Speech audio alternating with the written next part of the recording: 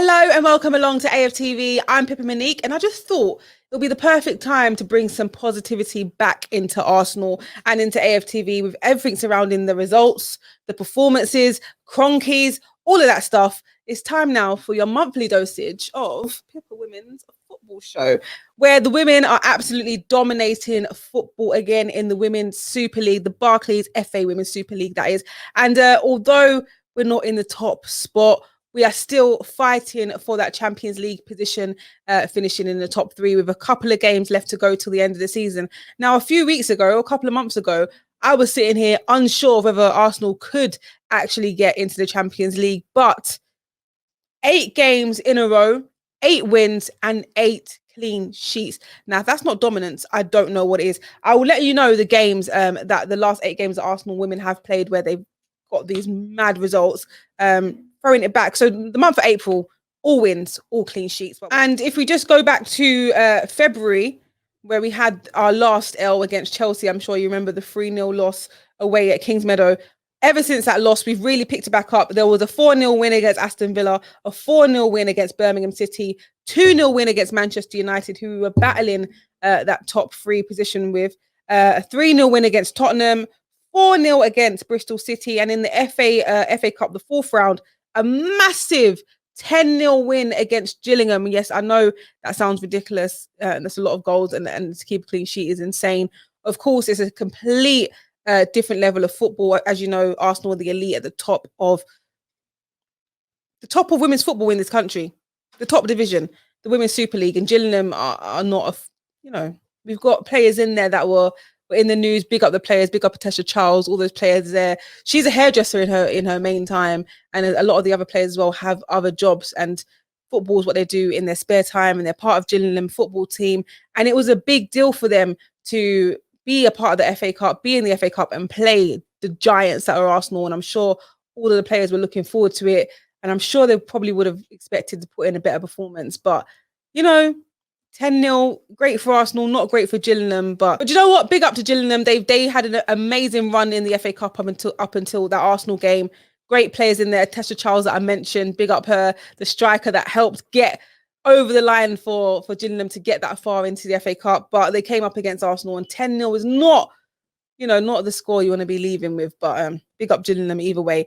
After that, Arsenal faced Brighton and Hove Albion and won 2-0. Then it was Arsenal v West Ham just the other day, and Arsenal won 2-0. That's 8 clean sheets in a row. That is insane. They've completely turned it around. And as you know, earlier this year, last month, Joe Montemuro, our head coach of the Arsenal women's team, did announce shockingly that he will be leaving Arsenal at the end of the season. Now, although it doesn't look like we're going to be winning the trophy, it's quite clear we're still in contention for an FA Cup. And the way that we're performing in recent games gives us some hope that we can get into Champions League football next season. So if that's all said and done, he'll be leaving Arsenal in a great position for whoever steps in next season. We don't know who yet. There's been rumours of Jill Ellis and other managers, but we have no idea who will actually be the manager of the women's team. We'll have to wait and see. So after that last result against West Ham, that now leaves Arsenal in 3rd position, which is the prime position for Champions League football, as I've mentioned about 100 times. But I'll let you know the table as it stands. Chelsea are at the top on 51 points. Manchester City just behind on 49.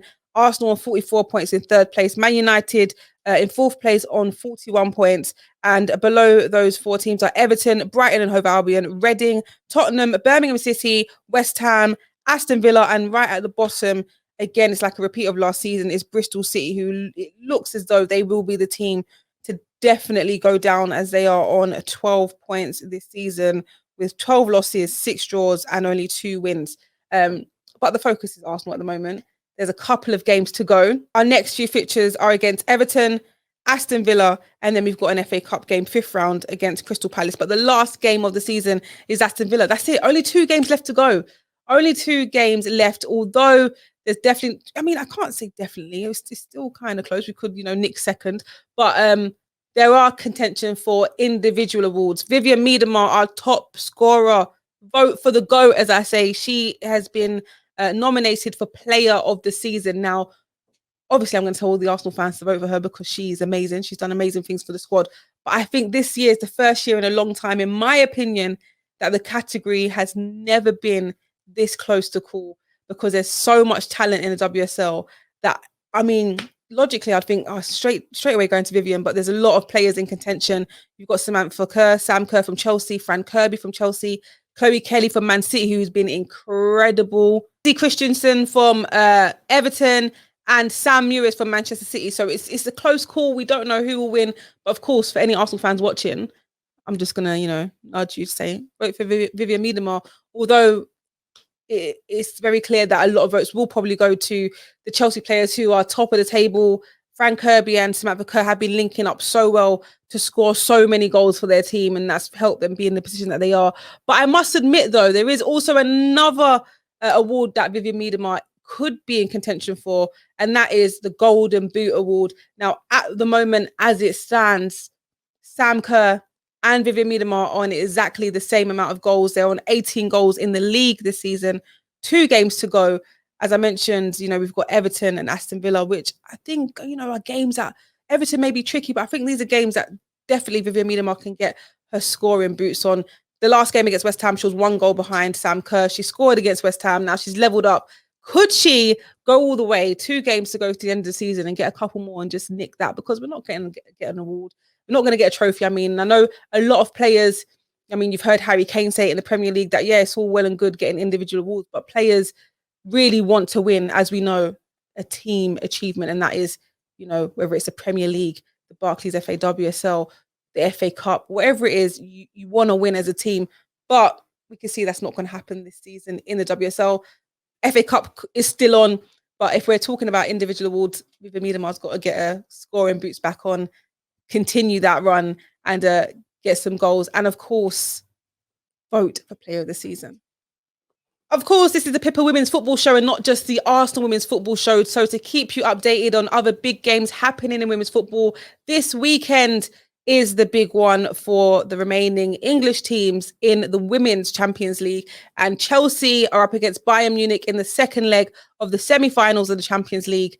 They're a goal down, but they could still go all the way. As I said, Chelsea are a goal down, but they have that all-important away goal against Bayern Munich.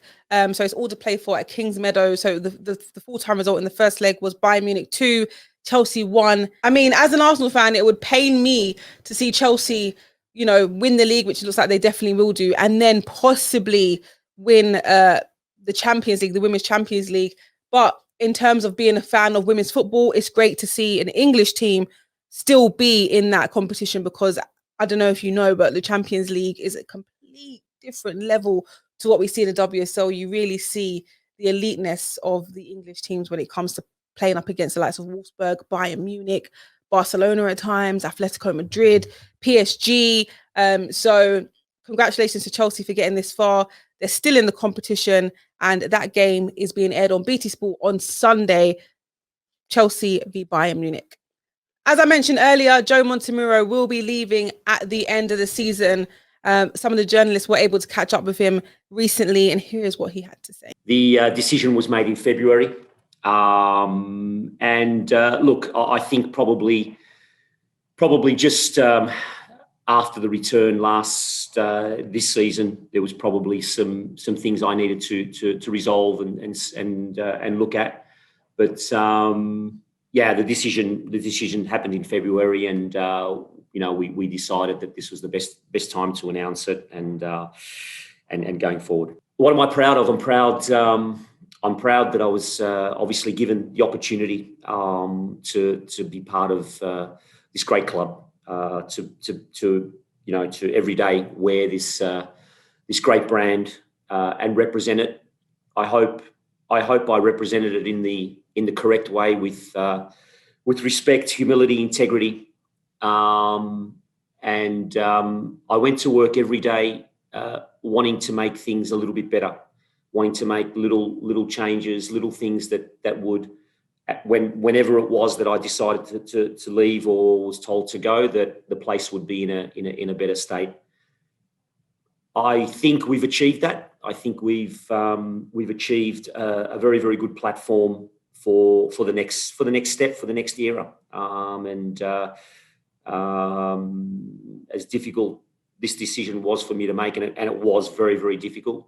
I'm proud of the fact that we together made some gains to get it to a very, very good level that someone else can now take the baton and run with it and get it to where it needs to be and what this club deserves the women's team to be at. Also, in other news, this is big news for me personally because this is one of my favourite players to ever grace women's football in England, and that is Farrah Williams. She announced her retirement from football last week, and I know she's going to be missed. Most capped English player in the women's game, an absolute legend for the game. And I was reading an article where she said that she wishes that she was 10 years younger because, I mean, as you can see, women's football is getting the recognition now. It's growing. There's money involved. There's funds. There's wages.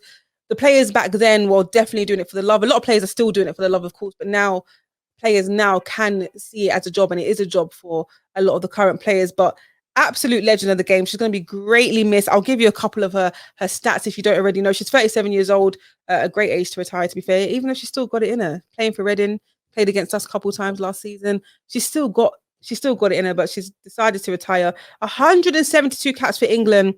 And was part of the squad that finished third at the 2015 World Cup.